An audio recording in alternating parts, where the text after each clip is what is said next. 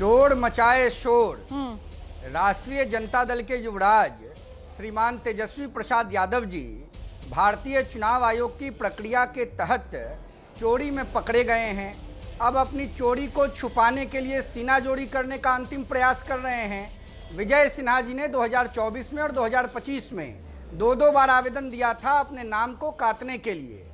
किसी प्रक्रिया के तहत नाम नहीं कटा होगा। आने वाले समय में भारतीय चुनाव आयोग तय करेगा कि किस प्रकार से नाम को काटना है। एक बात। दूसरी बात, नहीं, चुनाव आयोग इतना मेहरबान क्यों है विजय सिन्हा पर? यही तो सवाल है। चुनाव आयोग के मुख्य चुनाव आयोग क्या जानबूझकर विजय सिन्हा पर मेहरबान है? बार बार मैं सवाल पूछ रही हूं। चुनाव आयुक्त ज्ञानेश कुमार जी केरल कैडर के सेवानिवृत्त आईएएस हैं, जो पिछड़े वर्ग से आते हैं।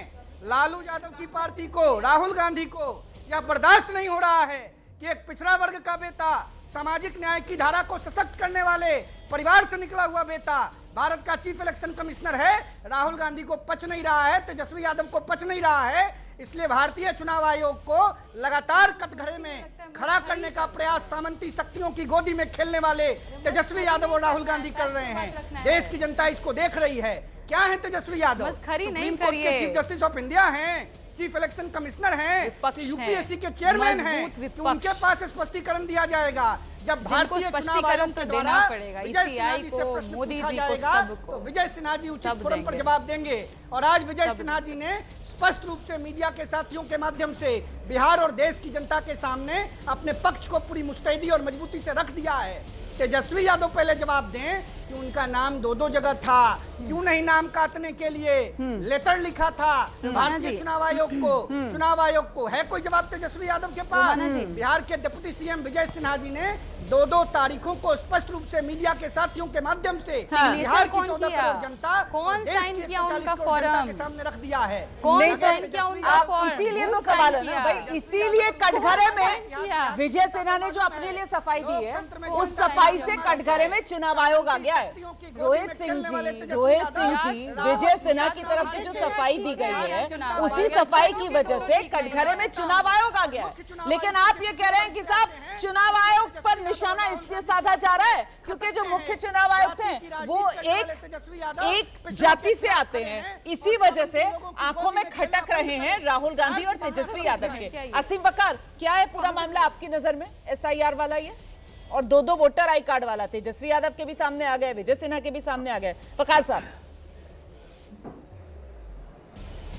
हमारी नजर में ये पूरा मामला है वोट चोरी का।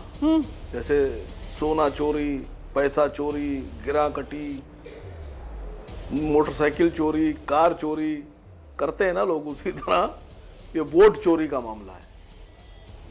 भाई सीधी सी बात है, आपने कहा कि 63 लाख वोटर जो है वो उसमें या तो मरे हुए हैं या फला वाले हैं। आप उसकी लिस्ट क्यों नहीं जारी कर रहे हैं? आप जारी कीजिए लिस्ट। किस बात की चोरी है आपको?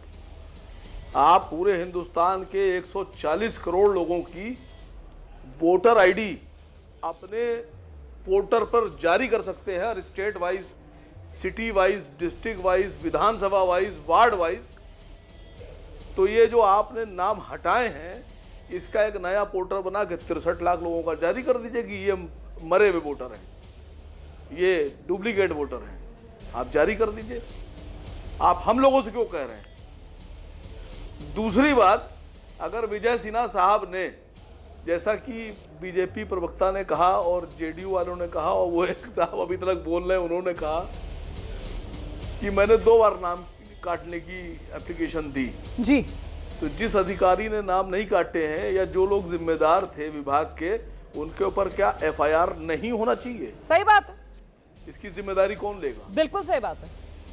और अगर सुनिए मैडम, बहुत देर बाद आई हैं आप, बहुत देर बाद आई हैं आप। एक सीधी सी प्रक्रिया है देश में, आधार कार्ड जिसमें नंबर पड़ा हुआ है। अगर वोटर को आधार से लिंक कर देंगे तो 2, 3, 4, 5 जितने वोटर आईडी होंगे सब डिलीट हो जाएंगे, एक बचेगा। बहुत आसान काम है, वो अपने आप ही डिलीट हो जाएगा।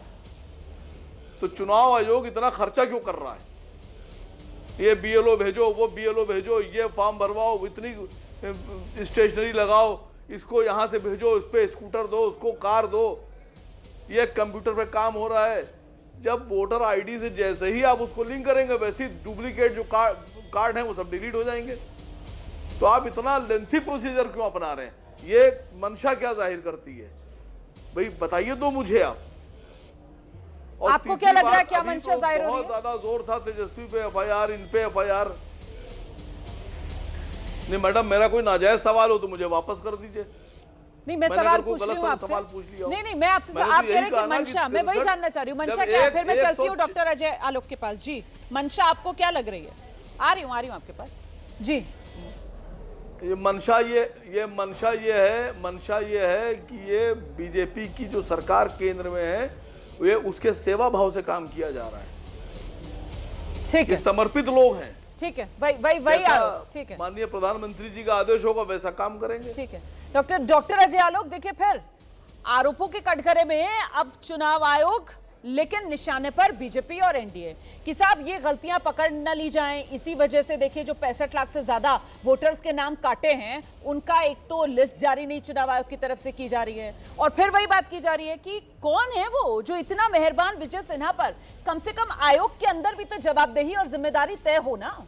ये अगर अनियमितता सामने आ रही है और खुद विजय सिन्हा अगर कह रहे हैं कि वो 24 पे भी कह रहे थे भाई मेरा एक वोटर आई कार्ड खत्म करो, वो अभी भी कह रहे हैं मैंने 5 अगस्त को भी दी और पूरी एसआईआर की प्रक्रिया हुई, हम तो मान रहे हैं कि साहब पूरी ईमानदारी के साथ विजय सिन्हा ने तो उस एसआईआर वाली प्रक्रिया में भी जब हिस्सा लिया होगा तो बीएलओ को कह दिया गया होगा कि साहब नहीं बनाना है वोटर आई कार्ड 2-2, एक ही चाहिए हमको, फिर भी उनके 2-2 वोटर आई कार्ड बन रहे हैं। तो कहीं तो जवाबदेही जिम्मेदारी किसी की तो तय हो ना सर। चुनाव आयोग जो कर रहा है वो सियाह सफेद करके तो नहीं जा सकता है। देखिए रोमाना जी, सबसे पहले तो चुनाव आयोग का मैं प्रवक्ता नहीं हूँ जी। चुनाव आयोग को अपनी जिम्मेदारियां पता है। एक संवैधानिक संस्था को मुझे जिम्मेदारी सिखाने की जरूरत नहीं है, ना आपको जिम्मेदारी सिखाने की जरूरत है। ये काम राहुल गांधी साहब को मुबारक, तेजस्वी जी को मुबारक, हम लोग को जरूरत नहीं है। पर जो अनियमितताएं आ रही है वो तो हम उजागर करेंगे ना। अनियमितताएं जो सामने आ रही है उसको तो हम उठाएंगे। भी ठीक करने का अनियमितताएं जो भी हैं, अनियमितताएं ठीक करने की जिम्मेदारी भी चुनाव आयोग की है। बिल्कुल, तो वो जैसे करे उसका वो सामने आएगा। किस अधिकारी पे कैसे कार्रवाई करते हैं ये भी चुनाव आयोग का दायित्व है, मेरा दायित्व नहीं है। ठीक है। मैं ये कहना चाहता हूं आपको कि राहुल गांधी जी ने जो प्रेस कॉन्फ्रेंस की जी, उस प्रेस कॉन्फ्रेंस का पॉइंट बाय पॉइंट रिब्यूटल कर दिया उठा के। ये फर्जी तरीके से आदेश श्रीवास्तव को लखनऊ का ये वोटर इन्होंने बनाया, महाराष्ट्र का वोटर इन्होंने बना दिया। अब इसी पे चुनाव आयोग उनसे जब एफिडेविट मांग रहा है तो नहीं बनाया, आपके इलेक्शन कल मार्च निकाल लेंगे संसद से लेके इलेक्शन कमीशन तक, वहां जाके एफिडेविट भी संभाल दें। यहाँ टीवी पे आके हंगामा करना आसान है रोमाना जी, टीवी पे आके आरोप लगाना आसान है, प्रेस कॉन्फ्रेंस करके आरोप लगाना आसान है, लेकिन एफिडेविट साइन करना लीगल डॉक्यूमेंटेशन हो जाता है, केस हो जाएगा, जेल जाएंगे। यही डर है ना। बहुत आराम से वो पिक्चर के डायलॉग की तरह बोल दिया कि मैं सांसद हूँ, मेरा वचन ही एफिडेविट है। ऐसे हो गया तब तो सारे एमएलए, एमएलसी, एमपी एफिडेविट देना ही छोड़ देंगे। इस देश की न्यायिक व्यवस्था ध्वस्त हो जाएगी। एफिडेविट हटा ही दोबारा से वही सवाल आ गया, मेरा वचन ही मेरा शासन है। हलफनामा अगर चुनाव आयोग कह रहा है कि आप मानसिकता दीजिए इन लोग और की अपनी भाई। शिकायत दर्ज कराइए, तो फिर उससे क्यों बच रहे हैं क्या राहुल गांधी? प्रियंका गुप्ता जल्दी से 30 सेकंड देखिए, मैं समझती हूँ कि जब 700 पत्रकारों के सामने कोई प्रेस कॉन्फ्रेंस की जाती है तो उसके लिए साहस की जरूरत होती है, जो आदरणीय प्रधानमंत्री जी में तो है ही नहीं। दूसरी चीज मैं ये कहना चाहूंगी, जब पूरी तरीके से डिजिटली वो पूरी तरीके से सारा कुछ सामने रख रहे हैं तो आपको जो एक्शन लेना है लीजिए ना। डाटा तो आप ही ने दिया था, ये 7 फीट ऊंचा लंबा खर्रा किसने पकड़ाया था? चुनाव आयोग ने पकड़ाया था। कहते चुनाव आयोग की ये डाटा मेरा गलत है, हम भी मान लेंगे हमारी गलती। अच्छा ठीक है, ठीक है। डॉक्टर अजय आलोक, मेरे ख्याल से प्रियंका गुप्ता वो तर्क नहीं दे पा रही हैं जो ज्यादातर कांग्रेस के प्रवक्ता आकर शोज में दे रहे हैं, और उनकी तरफ से कहा जा रहा है कि साहब हलफनामा चुनाव आयोग की तरफ से जिस नियम के तहत मांगा जा रहा है उस नियम के तहत हलफनामा मांगकर चुनाव आयोग और कुछ नहीं, सिर्फ अपने लिए कानूनी तौर पर बचने का रास्ता तलाश रहा है, क्योंकि उस नियम के तहत 30 दिन की विंडो होती है जिसमें आप शिकायत दर्ज कराकर कोई भी जो त्रुटि है उसको दूर करा सकते हैं। वो मामला जब कोर्ट में जाएगा तो कुछ नहीं होगा, सिर्फ चुनाव आयोग के लिए बचने का रास्ता होगा, वो यहां पर एप्लीकेबल ही नहीं है। आइए अब डॉक्टर अजय आलोक। ये रोमाना जी ये बताइए कि देश संविधान से चलेगा या एक परिवार की मेहरबानी से, या एक परिवार की इच्छा से? संविधान में जो रूल्स हैं उस पे देश चलेगा कि एक परिवार की मेहरबानी से? ठीक है। जब संविधान क्लियरली कहता है कि अगर आप चुनाव आयोग, पहली बात कि चुनाव आयोग अगर चुनाव के रिजल्ट्स या कोई भी चीज अगर आपको आपत्ति है तो आप 45 दिन के अंदर हाई कोर्ट में इसकी जाके पुष्टि करिए प्रमाण के साथ। प्रेस कॉन्फ्रेंस के लिए नहीं कहता है। नंबर 1 गलती तो यहां कर चुके ऑलरेडी। दूसरा कहता है कि वोटर लिस्ट मैनिपुलेशन के लिए अगर आपको कोई शिकायत है आप हाई कोर्ट में जाइए या चुनाव आयोग को लिख के दीजिए। इन्होंने वोटर लिस्ट मैनिपुलेशन खुद की है। आदेश श्रीवास्तव का कोई वोटर लिस्ट में नाम नहीं था लखनऊ में, महाराष्ट्र में। राहुल गांधी ये नाम कहां से लाए? ये मैनिपुलेशन है, फोर्जरी इन वोटर लिस्ट। धारा 327 के तहत 3 साल की सजा है और जुर्माना है। ये जानते हैं कि एफिडेविट साइन करेंगे ये फंस जाएंगे और इसलिए भाग रहे हैं। प्रदेश में तेजस्वी यादव चुनाव आयोग से भाग रहे हैं। भाग तेजस्वी भाग, प्रदेश में राहुल गांधी भाग राहुल भाग। अरे जब इतना संविधान आई कार्ड दो विजय सिन्हा के सामने आ गए ना, और वो डिप्टी सीएम है। और ऐसे में इस पूरे के पूरे मामले के सामने आने के बाद यहाँ बैकफुट पर तो अब एनडीए नजर आ रहा है ना। आइए अभिषेक जी हमारे साथ मौजूद हैं। अभिषेक झा, क्या एनडीए बैकफुट पर नहीं है? भाई डिप्टी सीएम है और डिप्टी सीएम जो है वो दो वोटर आई कार्ड रखकर बैठे हुए हैं। अगर 2024 में उन्हीं के हिसाब से मान लिया जाए कि उन्होंने 2024 में चुनाव आयोग को ये कह दिया था कि मेरा एक वोटर आई कार्ड निरस्त कर दो, वो हुआ नहीं तो दोबारा नहीं कहना चाहिए था क्या?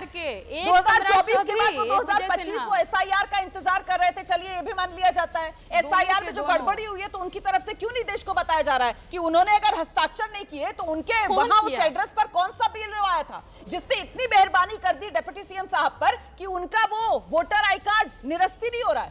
मतलब बीएलओ ने सजाकर उनको दो वोटर आई कार्ड दे दिए कि अगर आपका मन करे सर आप जाइए दो जगह से आप वोट डाल लीजिए। अभिषेक झा,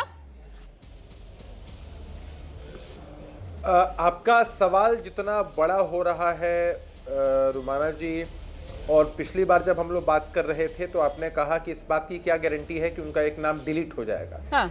देखिए गारंटी तो इस दुनिया में किसी भी चीज की नहीं है, लेकिन एक बात तय है कि आप मंशा समझिए। एक तरफ विजय सिन्हा जी है जिनको मालूम है कि उनका नाम 2 जगहों पर दर्ज है, वो लगातार प्रयासत हैं कि उनका नाम हट जाए और बहुत बड़े संवैधानिक पद पर वो बैठे हैं, बहुत जिम्मेदार हैं। निश्चित रूप से उन्होंने कभी 2 बार अपने मताधिकार का प्रयोग नहीं किया है। और दूसरी तरफ जिनकी तुलना आप कर रही हैं वो नेता प्रतिपक्ष तेजस्वी यादव जी हैं, जिनको मालूम है कि 2 जगहों पर उनका नाम है, एक जगह डिलीट हो चुका है। उसके माध्यम से वो सनसनी फैलाकर देश को गुमराह कर रहे हैं, लोगों में कंफ्यूजन पैदा कर रहे हैं। जरा मंशा का अंतर समझिए ना नुमाना जी, आप खुद समझ जाएंगे कि एक तरफ संवैधानिक संस्थाओं के क्रियान्वयन काम के लिए एक व्यक्ति प्रयासरत है और दूसरी तरफ एक व्यक्ति उसका लाभ उठाकर कंफ्यूजन पैदा कर रहा है। हमें लगता है कि जिस सेंसेशन को ये आगे लेकर चलना चाहते हैं ऐसा कुछ भी नहीं है। पब्लिक में बहुत क्लियर परसेप्शन है कि स्पेशल इंटेंसिव रिवीजन समय समय पर होता है और वो होने के बाद जो विस्थापित हो चुके हैं, जिनका डबल नाम है, जो लोग जिनकी मृत्यु हो चुकी है, सबका नाम कटना चाहिए। उससे इतर अगर विपक्ष के साथियों को कोई गड़बड़ी दिखाई पड़ती है, सबसे ताज्जुब की बात क्या है रुमाना जी, आप जानती हैं कि हमारे ये साथी अपनी आपत्ति सिर्फ मीडिया के माध्यम से और सदन में दर्ज कराते हैं। वही गलत है। जवाब लीजिएगा चुनाव आयोग की तरफ कोई आपत्ति दर्ज नहीं कराई जाती है। मेरे से अरे स्थिर रहिए ना जरा, अरे स्थिर रहिए, स्थिर रहिए और डिबेट के डेकोरम को मेंटेन होने दीजिए। डिबेट के डेकोरम को मेंटेन होने दीजिए। नहीं तो हमको बोलने से आप नहीं रोक सकती। एकदम इत्मीनान सुनिए। तेजस्वी यादव जी की पोल खोल हुई है। तेजस्वी यादव जी ने आज तक जवाब नहीं दिया। तेजस्वी यादव जी एक राजनीतिक बेशर्मी का परिचय दे रहे हैं, हठधर्मिता दिखा रहे हैं और ये दिखा रहे हैं हमारे लिए सबसे इम्पोर्टेंट क्या है, हमारे लिए सबसे इम्पोर्टेंट नहीं है। अरे शांत कराइए रुमाना जी, क्यों बुलाते हैं लोगों को डिबेट में? ठीक है, अभिषेक झा की बात पूरी करने उसके बाद आप ही के पास आ रही हूं। मैंने उनको रोका क्या? थोड़ा सा ही बकवास जैसे शब्दों का इस्तेमाल मत कीजिए प्लीज। मैं प्रियंका भारती के पास आऊंगी, बोले तो बकवास हो जाता है। आपका बड़ा मीठा मीठा साउंड कर रहा है देश के सामने। प्रियंका जी आप ही के पास आ रही हूं। अभिषेक झा जल्दी से प्लीज 30 सेकंड में बात पूरी कीजिए। ठीक है रुमाना जी, मैं आपसे आग्रह करूंगा, आपका बहुत प्राइम टाइम डिबेट शो होता है, अच्छे वक्ताओं को और सभी वक्ताओं को बुलाइए। अच्छा ये चुनेंगे, ये चुनेंगे। इलेक्शन कमेटी है क्या? इलेक्शन कमेटी है क्या? सारा पॉइंट आ गया। मुझे लगता है प्रियंका भारती पर आ जाते हैं। प्रियंका भारती मंशा को लेकर यहाँ जो बात कही गई है, मंशा को लेकर जो बात कही गई है, देखिए मंशा का कोई मापदंड तो नहीं होता है प्रियंका भारती, लेकिन एक बड़ा इंपॉर्टेंट पॉइंट जो अभिषेक की तरफ से रखा गया कि साहब सारी लड़ाई डिबेट्स जो हैं वो टेलीविजन चैनल्स पर ही बैठकर की जा रही है। कुछ चुनाव आयोग को भी बता दीजिए शिकायत। हाँ ठीक है। पहला कि चुनाव आयोग ये बोल रहे थे कि प्रयासरत है विजय सिन्हा जी, मतलब भाजपा के मंत्री प्रयासरत होते हैं तो भी नाम नहीं कटता है, और बिहार के 65 लाख दलित पिछड़ा बैकवर्ड जितने भी गरीब तबके के लोग हैं सबका नाम कट जाता है बिना प्रयासरत हुए। दूसरा सवाल, 3 लाख लोग, 3 लाख मतलब ऐसे घर हैं जिनका पता है आपको मकान संख्या कितना है? 000/000। कहां पाताल लोक में है मकान या स्ट्रेटोस्फेयर आयनोस्फेयर, कहां पर है ये मकान? जवाब देंगे। और आप जब हम पर आप सवाल खड़ा करते हैं ना कि हम लोग बता नहीं रहे हैं, किसी तरीके से चुनाव आयोग के पास जा नहीं रहे, सबूत यही सामने पेश कर रही हूं, दिखा लीजिए जूम करके। ये देख रहे हैं आप, ये सारे के सारे हमने जितने भी हमने आपत्तियां दर्ज कराई है ना उसका हमने स्लिप लिया है, ये सारे आपत्तियां दर्ज कराई हैं, लेकिन चुनाव आयोग कहता है कि हमारे पास कुछ आया ही नहीं। और जब हमारे जिला अध्यक्ष जाते हैं ना इनके खिलाफ में या जो भी त्रुटियां रही हैं उसके खिलाफ अपनी बात रखने के लिए, क्या उनको धक्के देकर के बाहर निकाला जा रहा है, उनको कह रहा है कि आपके ऊपर FIR करेंगे। हमारे लोग जितनी भी खामियां आ रही हैं प्रोसेसेस में उसको हम जाते भी हैं वहां पर तो हमारी बात नहीं सुनी जाती है। इस तरीके से आपकी सरकार फंक्शन कर रही है और आप फंक्शन करवा रहे हैं। और तीसरी सबसे गंभीर जो बात है वो ये है कि जब हम सवाल उठा रहे थे ना 65 लाख लोगों का नाम क्यों कटा, कैसे कटा, किसका कौन सा बूथ संख्या है, किस लिए काटा गया, जवाब देने के बजाय चुनाव आयोग ने क्या किया है कि डिजिटल कॉपी हटा करके स्कैन्ड डाली गई है ताकि आप नंबर टाइप करेंगे तो आप डिटेल में नहीं आएगा, किसी का नाम नहीं आएगा। और सुप्रीम कोर्ट में तो उल्टे जाके ये कह रहा है नहीं बताएंगे हम किस लिए किसका नाम कटा। मतलब आप कौन हो रहे हैं? लोकतंत्र की रक्षा के लिए बिठाया गया था आपको, मनमानी करने के लिए नहीं। मतलब चुनाव आयोग के पास टाइम किस लिए बताऊं रोमाना जी? टाइम है कि ज्ञानेश कुमार जी का फोटो हर ट्वीट में जाएगा, लेकिन जनता को ये नहीं बताया जाएगा कि किसका नाम क्यों काटा गया। हमारे पैनलिस्ट कह रहे थे कि वो ज्ञानेश जी क्योंकि पिछड़ी जाति से आते हैं इस वजह से आप लोग उन पर टारगेट कर रहे हैं।